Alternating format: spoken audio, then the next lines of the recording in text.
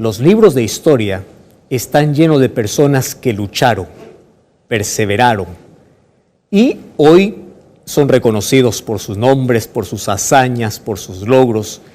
Y no es diferente que en la Biblia nosotros también encontramos a gente muy valiente. Valiente es aquel que persevera, que lucha hasta el final, que alcanza el objetivo. Todos los seres humanos queremos ganar. Todos los seres humanos queremos tener victoria. No hay una persona que planifique su derrota. No existe alguien que dice, yo voy a emprender algo y quiero que esto salga mal. Todos soñamos levantar la copa, levantar el título, todos soñamos con que nuestro nombre puede estar entre los mejores, todos soñamos con tener la victoria. Mas, ¿cómo se consigue la victoria?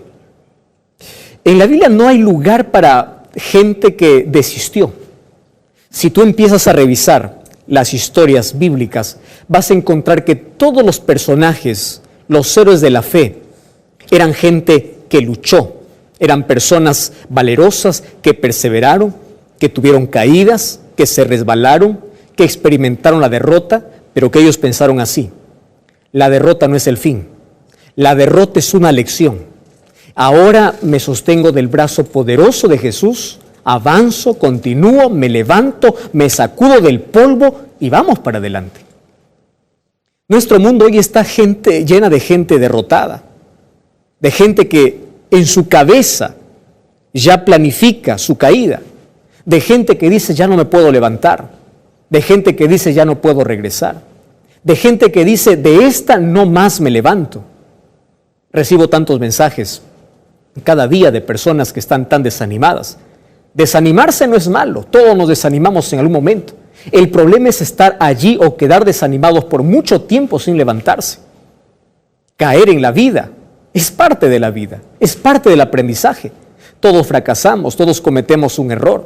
El problema es acostumbrarse tanto a ese fracaso y decir, yo de aquí no me levanto más. Ese es el problema. Ahora, ¿cómo tener victoria?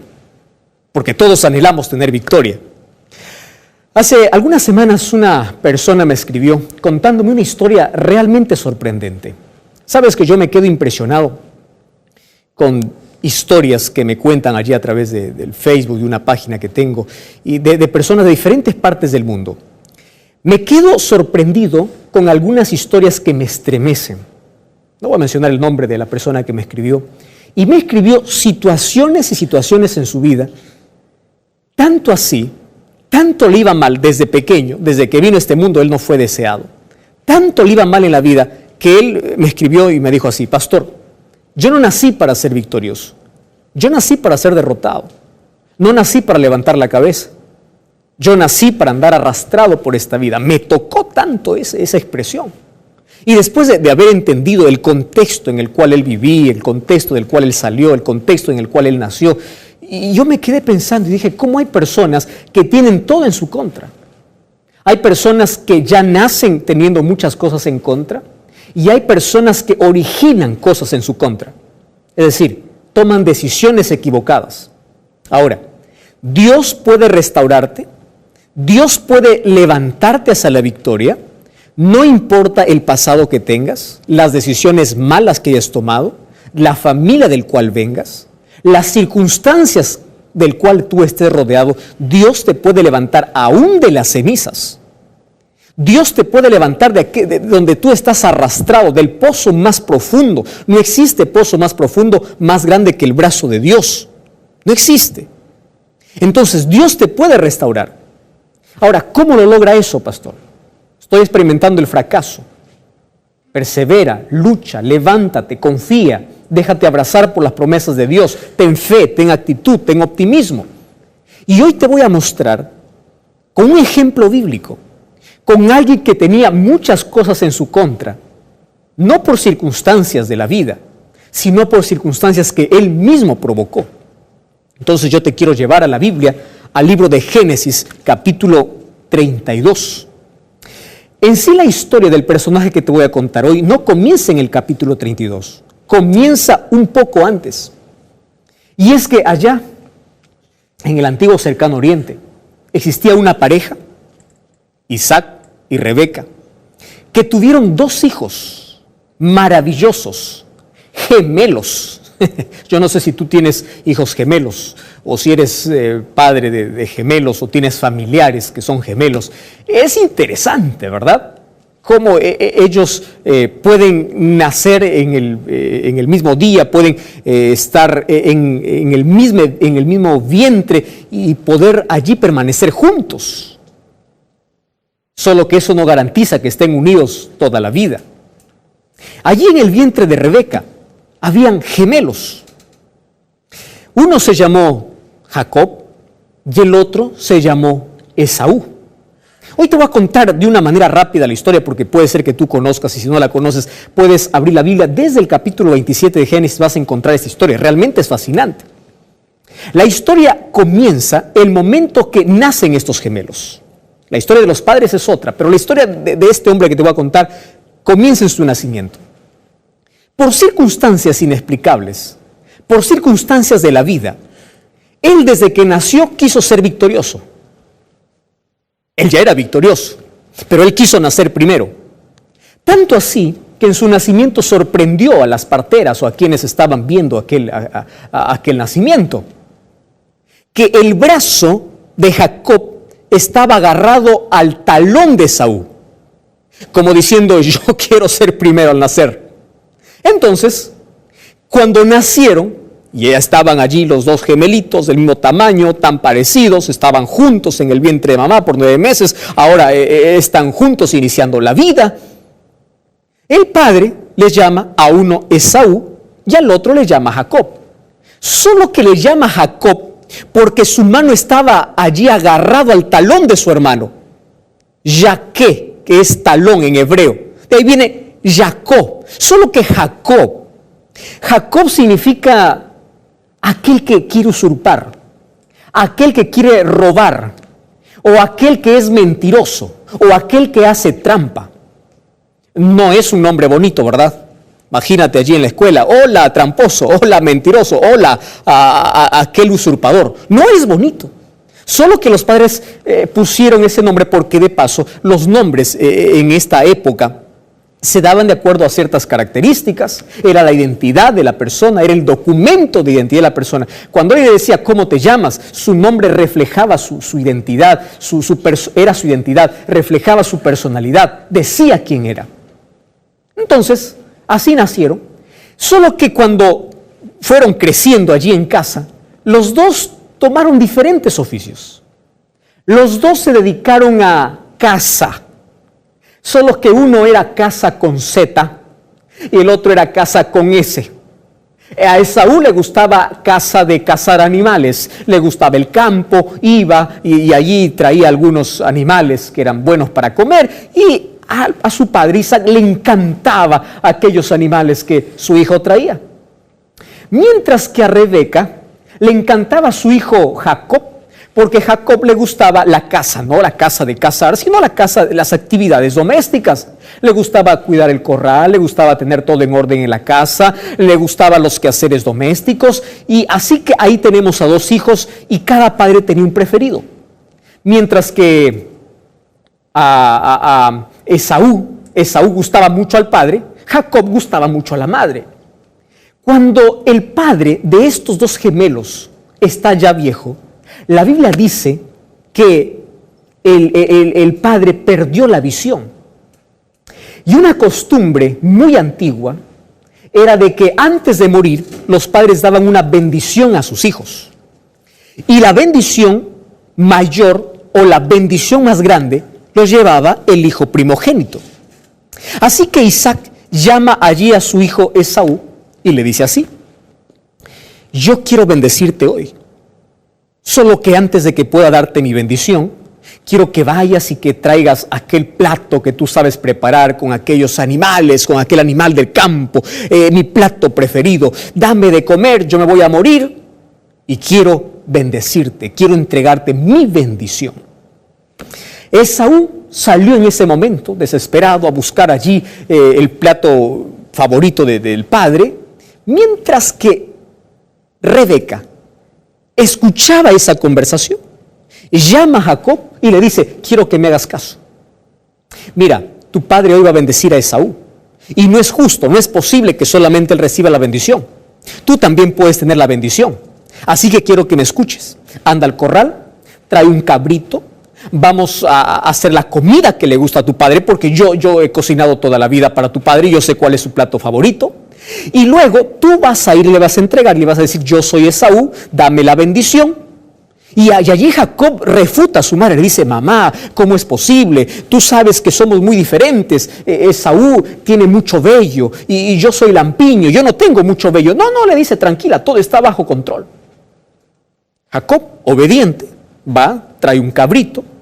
La mamá empieza a preparar ese potaje, ese plato rico, exquisito, maravilloso, gustoso. Entonces empieza con las pieles del cabrito a cubrirle los brazos de Jacob. Jacob toma el plato y se lo lleva allí a su padre. Cuando llega su padre, como él ya estaba tan mayor y ya no veía, le dice: padre, he aquí el plato que te gusta y he venido para que me des la bendición.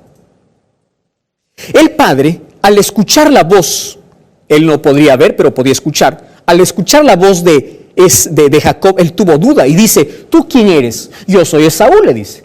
Y comienza allí un número de mentiras. Yo soy Esaú, ¿tú eres Esaú? ¿Y qué tan rápido conseguiste aquel plato favorito? ¿Tan rápido te fue o tan bien te fue en la casa? Sí, padre. Otra mentira: Dios colocó allí la presa y entonces yo traje ahora tu plato favorito. Segunda mentira. Tercera mentira, le dice: bueno, si tú quieres que yo te bendiga, acércate un poco más. Porque Isaac quería tocar las manos. Esaú era muy velludo. Entonces toca las manos, y claro, no era el brazo de Jacob, era parte del vello del cabrito que habían matado.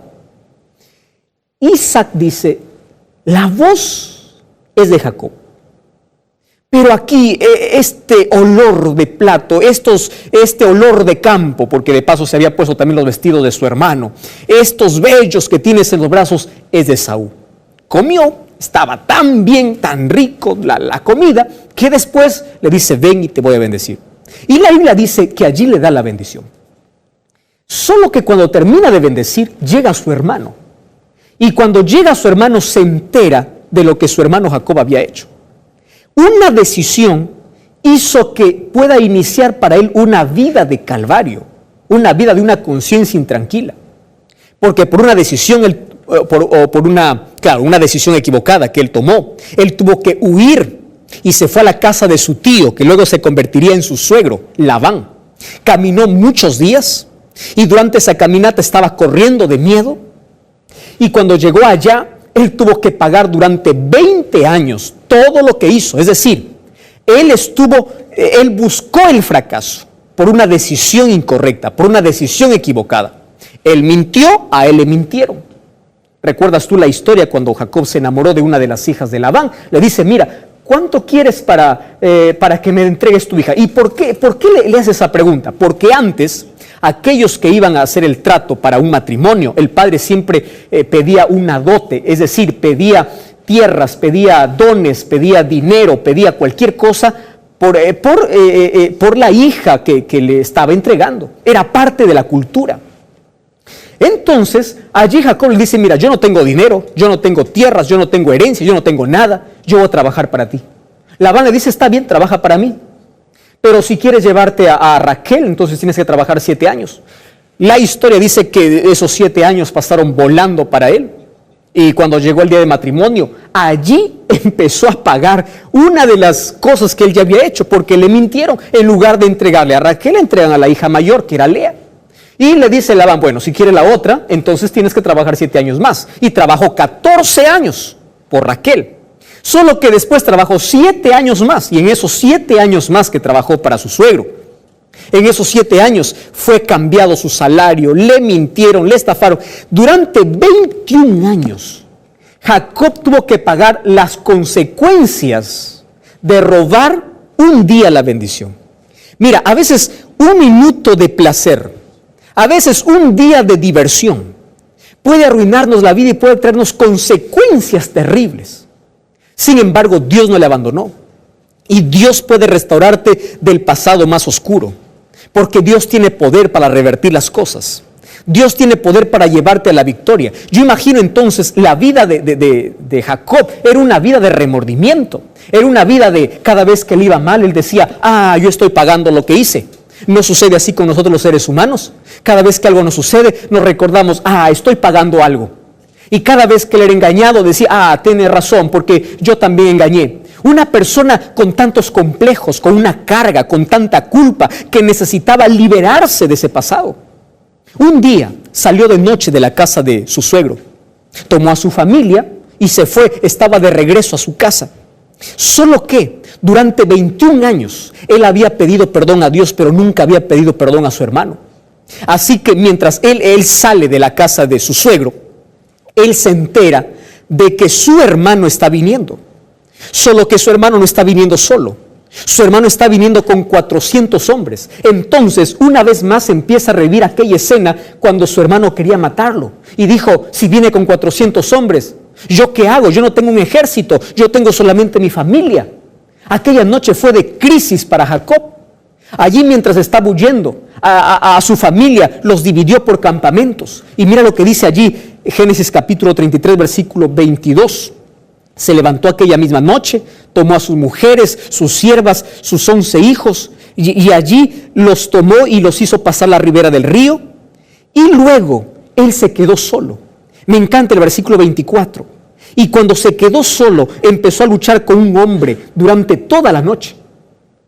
De paso, el lugar donde él estaba era un lugar peligroso, era un lugar donde habían asaltantes. Cuando él se quedó solo para reflexionar en su error, él se había quedado en el pasado, su mente estaba en el pasado, en lo que había hecho 21 años atrás. Él no había logrado liberarse de ese pasado oscuro. Él estaba con una conciencia remordida. Él estaba de miedo, ¿cómo va a enfrentar a su hermano? Entonces aparece allí un hombre al lado para tocarle el hombro. Y él se sorprendió mucho y pensó que era un ladrón y empezó a pelear, empezó a luchar, sin darse cuenta que este hombre no era un hombre cualquiera. La Biblia dice que era el ángel de Jehová, y cada vez que aparece el ángel de Jehová en el Antiguo Testamento se hace referencia a Cristo. Es decir, Cristo fue para consolarle en su dolor. Ahí en tus momentos de soledad, ahí en tus momentos cuando no sabes qué hacer, cuando tienes remordimiento, cuando cargas una enorme culpa sobre tus hombros, cuando estás al borde de la desesperación, de la angustia, cuando estás llorando, cuando estás allí al borde del peligro, de la muerte, alguien te toca el hombro y a veces puede asustarte sin saber que es Jesús. Y allí Jacob empezó a luchar y luchó toda la noche. Yo me quedo sorprendido con esta historia. ¿Y sabes por qué? Porque Jacob no desistió. Y en un momento él se da cuenta que con quien está luchando no es un hombre cualquiera, no es un hombre común, sino es un ser divino, es un ser celestial.